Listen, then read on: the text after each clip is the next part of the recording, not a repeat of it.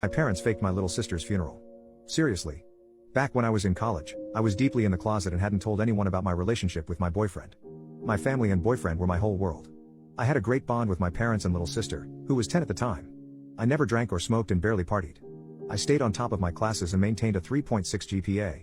Now, I'm not saying I was perfect, but I wasn't some troubled teen. One summer, my boyfriend and I decided to sleep over at his place while his parents were out. Stupid, I know, but we were young and in love. While we were together, his parents came home early. His dad burst in, throwing everything in his room around and eventually grabbed a belt to discipline his son. When he went to hit me, his mom intervened and stopped him. She pulled him back and spat at me. This was not to be mistaken for an act of kindness. I grabbed my clothes and ran as fast as I could. The next day, my own dad came into my room, grabbed me by the hair, and asked if I'd touched my little sister too. I had no idea what he was talking about. I cried to him, telling him I would never do such a thing. After telling me to never come near her, he dragged me out the house. He said I was a mistake and that if I didn't get out of his sight, he'd end me on the spot. Alone and afraid, I called my boyfriend, but he didn't answer. Then I tried calling my grandmother. When I called my grandmother, she told me I should be ashamed of myself and that I should surrender myself to the police. Only then would she support me. I tried to ask her what was happening, but she said that she couldn't bear to hear my voice and hung up the phone. With nowhere else to go, I went to my friend Angel's place, crying to her dad, who took me in. I confessed that I had no clue what was going on and that I had no idea where these insane accusations were coming from. I soon found out. The next day, Angel's dad called my parents. They had claimed that I touched my boyfriend without his consent and that I would have continued if his parents hadn't caught us. My boyfriend, who I thought was my world, had lied to cover for himself. I felt betrayed. I showed him our messages proving it was consensual. Feeling overwhelmed, I broke down and hysterically cried. Soon after, Angel's dad called the ambulance and I ended up in the hospital. When I got out, I reached out to a lawyer. Together, we threatened my boyfriend with a defamation case. If he didn't confess that he lied, we would use the evidence we gathered and take it to court. Eventually, he caved in. This wasn't enough for my parents. They legally disowned me. We didn't talk again for 5 years. That was until a few weeks ago. My parents messaged me, saying my little sister had passed and they wanted to talk.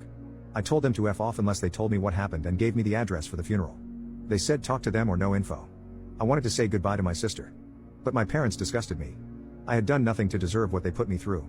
I couldn't bear the thought of seeing them again, but I decided to meet my parents on my terms. I agreed to show up only with my lawyer, Angel's dad, and friends present, and only if they provided the funeral details after. Seeing them after 5 years was surreal. They acted like nothing happened, smiling and waving at me as I walked in. After 30 minutes with them, my lawyer asked for the location. My mom instead responded with, "Do you know how it feels to lose a sister? You'll feel that pain soon." Confused, I asked what that had to do with the location. This is where things get even crazier. My lawyer, unfazed by the question, asked my father if my sister had actually died.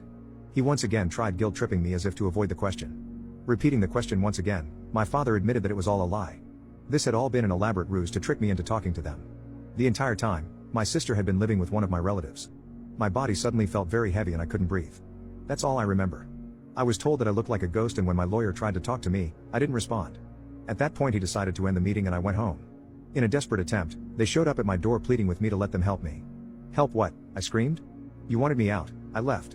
What else do you want from me?" What hurt the most was when they admitted they never believed me. In their eyes, they were the heroes. In their eyes, they were willing to put aside their disappointment in me in order to put our family together again. They never intended to come and apologize. Instead, they wanted to send me away so that I could be fixed. They showed me a brochure for a facility that treats SA/ers and me 2 stories. I was done. I told them to leave the property. When they refused, I called the police and filed a restraining order against my whole family. I haven't spoken to them since.